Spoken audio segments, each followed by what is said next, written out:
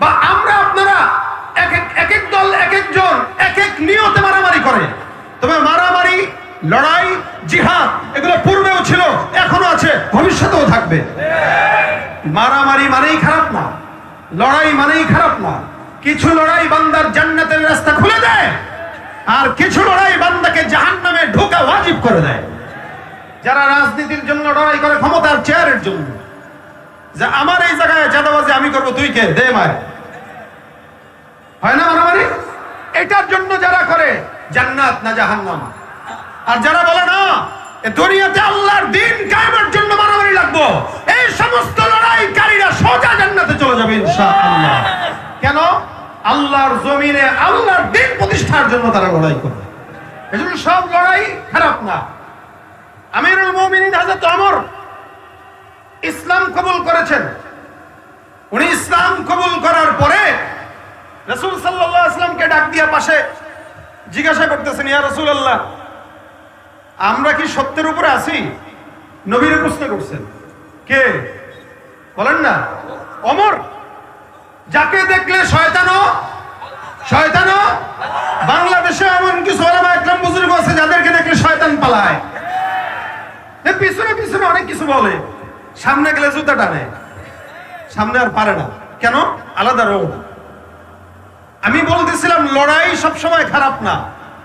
আমিরুল মুমিনিন ওমর হুজুর সাল্লাল্লাহু আলাইহি ওয়াসাল্লামের কাছে প্রশ্ন করলেন, ইয়া রাসূলুল্লাহ, আমরা কি হকের উপরে আছি? নবী বললেন, 100% হকের উপরে আছি। হুজুর, আপনি কি সত্য নবী? বলে, অবশ্যই আল্লাহ আমাকে সত্য নবী হিসেবে প্রেরণ করেছেন। আল্লাহ কি একজন সত্য আছে? বলে, অবশ্যই আছে। নামাজ কি আমাদের উপরে ফরজ? বলে, অবশ্যই ফরজ। কোরআন কি আমাদের জীবন বিধান? বলে, অবশ্যই জীবন বিধান। ওমর এই স্বীকারোক্তি রাসূলের জবান থেকে নিলেন। নেওয়ার পরে নবী করিম সাল্লাল্লাহু আলাইহি ওয়াসাল্লামকে ডাক দিয়ে কয়, হুজুর, তাহলে একটা দায়িত্ব আমার কাছে দিয়ে দেন। সবই যেহেতু সত্য, তাহলে বাতিলরা সমাজে বুক ফুলায় হাঁটবে, আর রাসূল, আবু বকর, ওমর ঘরের ভিতরে লুকায় লুকায় নামাজ পড়বে। ওমর মুসলমান হওয়ার পরে এটা আর সহ্য করা যায় না। লড়াইয়ের ওই ময়দানেতে যেতে তোমাকে হবে, প্রয়োজনে সব রক্তটুকু জমিনেই ঢেলে দেবে। লড়াইয়ের ওই ময়দানেতে যেতে তোমাকে হবে, প্রয়োজনে সব রক্তটুকু জমিনেই ঢেলে দেবে। তবুও তোমায় লড়তেই হবে, মানিবে না পরাজয়।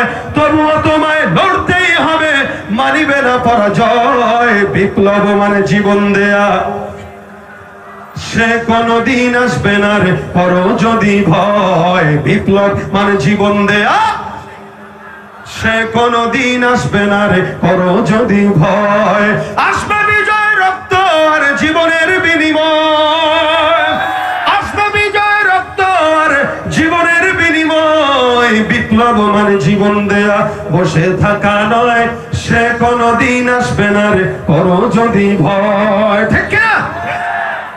ধর্মকে আজ পুঁজি করিয়া গাল ভরা বলি দিন, কত যে সুফি খুশিতে মাতাল হাদিয়া তোহফা পেয়ে। ধর্মকে আজ পুঁজি করিয়া গাল ভরা বলি দিন, কত যে সুফি খুশিতে মাতাল হাদিয়া তোহফা পেয়ে। ভণ্ডামির ওই শিকড় তুলে সত্যের আনো জয়। ভণ্ডামির ওই শিকড় তুলে সত্যের আনো জয়। বিপ্লব মানে জীবন দেয়া, বসে থাকা নয়। সে কোনদিন আসবে না রে করো যদি ভয়। ঠিক কিনা? আমরা ভয় পাই কাকে? ওমর ভয় পান কাকে? ওমর বলতেছেন, ইসলাম সত্য, আপনি সত্য, আল্লাহ সত্য, কোরআন সত্য, নামাজ সত্য, তা সত্য জিনিস গোপন থাকবে কেন? কথা কয় না? আমাদের দেশের হালত এরকম, দুর্নীতিবাজরা বুক ফুলায় হাঁটে, জিকিরওয়ালারা লুকায় লুকায় থাকে। যতদিন পর্যন্ত ওমরের মতো আখলাক আর সাহস নিজের শরীরে না আসবে, ততদিন এরকমই হবে। ওমর এই সাহস দেখানোর আগ পর্যন্ত সব গোপনে গোপনে। দেখেন, সবাই নামাজ পড়ে কিন্তু নিজের ঘরে গোপনে গোপনে, কেউ জানে না। ওমর বলেন, হুজুর, আজকে থেকে মারামারির দায়িত্বটা আমারে দেন। সুবহানাল্লাহ। হুজুর, আমি ওমর যেহেতু মুসলমান হয়ে গেছি, আজকে থেকে মারামারির দায়িত্বটা আমি ওমরকে দেন না। ভাই, কাফের সংখ্যায় হাজার হাজার, চতুর্দিকে সব কাফের, মাঝখানে মর্দে মুজাহিদ কয়জন? মর্দে মুজাহিদ কয়জন?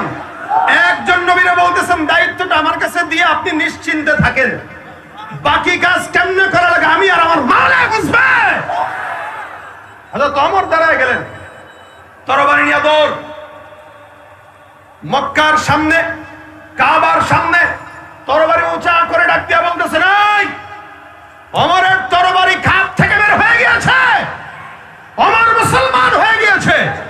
যতদিন পর্যন্ত ওমর মুসলমান আছে থাকবে, ওমর তরবারি নিয়ে দাঁড়িয়ে গেছে, কার সাহস আছে বাপের বেটা থাকলে ওমরের সঙ্গে জিহাদ করার জন্য চলে আসবে? ওমর স্পষ্ট স্পষ্ট ঘোষণা দিয়ে দিয়েছেন। এবার অন্যরা চিন্তা করতেছে সবচেয়ে বড় রুস্তম পালোয়ার হইল ওমর, পালোয়ান হইল ওমর, ওর সঙ্গে কিভাবে সম্ভব জিহাদ করা, ওর সঙ্গে কিভাবে সম্ভব লড়াই করা? ওমর একাই তো 100।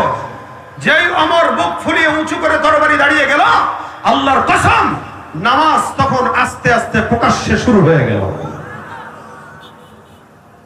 যতদিন পর্যন্ত উলামায়ে কেরাম, দ্বীনের ধারক বাহক, জাকিরিন, আশিকরা গোপনে থাকবে তো বাতিলরা মাথা চারা দিয়া থাকবে। আল্লাহ ওয়ালারা মাথা চারা দিবে তো বাতিলরা লেজগুলো বিদেশে চলে যেতে বাধ্য হবে ইনশাআল্লাহ। কথা কি ঠিক আছে? আমরা আল্লাহর নবীর উম্মত, আল্লাহর গোলাম। আমাদের যদি ভয় কাউকে পেতে হয় সেটা কাকে? আল্লাহকে। আল্লাহ আমাদেরকে ভয় পাওয়ার তৌফিক দান করুন। ওমর এক সিনার ভিতরে ঈমান আর কোরআন ঢুকায় ওমর দামি হয়ে গেছে, সিনার ভিতরে রাসূলের প্রেম ঢুকায় ওমর দামি হয়ে গেছে। যার কারণে তরবারি উঁচা করে বলতেছে, কার সাহস আছে আমার সামনে আসো? ভাই, এটা হলো ইসলামের শক্তি। আমাদের কাছে কামান বিমান নাই, তাদের কাছে বোমা আছে, তাদের কাছে ককটেল আছে, তাদের কাছে ইট দিয়ে পাথর মেরে মানুষকে হত্যা করার যন্ত্র আছে। আমাদের কাছে আছে লা ইলাহা ইল্লাল্লাহ। কথা বলেন ঠিক কিনা? আমাদের কাছে আছে আল্লাহ পাকের কালেমার তাওহীদের বাণী, আমাদের বুকে আছে পয়গম্বরের প্রেম। আল্লাহ বলেন আতিউল্লাহ ওয়া আতিউর রাসূল, যে আল্লাহর রাসূলের ইতাআত করবে বিনা হিসাবে জান্নাতে চলে যাবে। এই প্রেম নিয়ে জান্নাতে যেতে চাই কারা কারা? দুই হাত তুলে দেখা যায়। লিল্লাহি তাকবীর। আল্লাহ পাক কবুল করুক, বলেন আমিন। ভাই আমার, এই প্রেম নিয়ে সাহাবায়ে কেরাম জান্নাতে গেছে। এই প্রেম যত বেশি থাকবে মানুষ তত কাছাকাছি হয়, প্রেম যত দূরত্ব ছাড়াছাড়ি হয় তত বেশি। স্বামীর সাথে স্ত্রীর মহব্বতের দূরত্ব ওটা বেশি দিন টিকে না। আর মহব্বত যত গভীর, দুনিয়ায় তো থাকতে চায়, জান্নাতেও হুর যে পাবে এটাও চায় না। কথা বুঝেন নাই মনে হয়? কোন বিবি যেই স্বামীকে মহব্বত বেশি করে, এই বিবি এটা চায় না যে সে জান্নাতে হুর পাক। বিশ্বাস না হলে বউর কাছে যায় বলেন যে আল্লাহ পাক তো আমাদেরকে এতটা হুর দিবে, বিবি বলবে আমি ছাড়া আর কাউকে চাই না, এটাই বলবে। কেন? মহব্বত বেশি। মহব্বত যত গভীর, জান্নাতে তত বাসস্থান নিকটে। এজন্য আমি আপনাদেরকে বলি, জান্নাত তো চান সবাই, না? আমিও চাই, আপনারাও চান, সবাই চাই, লেকিন জান্নাতের কোনো কাজ আমরা করি না। এটা হলো মৌলিক বিষয়।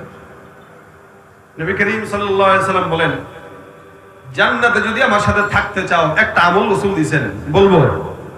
শুনে মানতে পারবেন ইনশাআল্লাহ? একদম আসান, একদম সহজ। খুব দীর্ঘ ওয়াজ করলাম, কিন্তু কোনো কিছু কেউ মানলাম না, কোনো ফায়দা নাই। এজন্য সংক্ষেপ সময় সংক্ষেপ কথা, আল্লাহ পাক যেন মানার তৌফিক দেন, আমিন।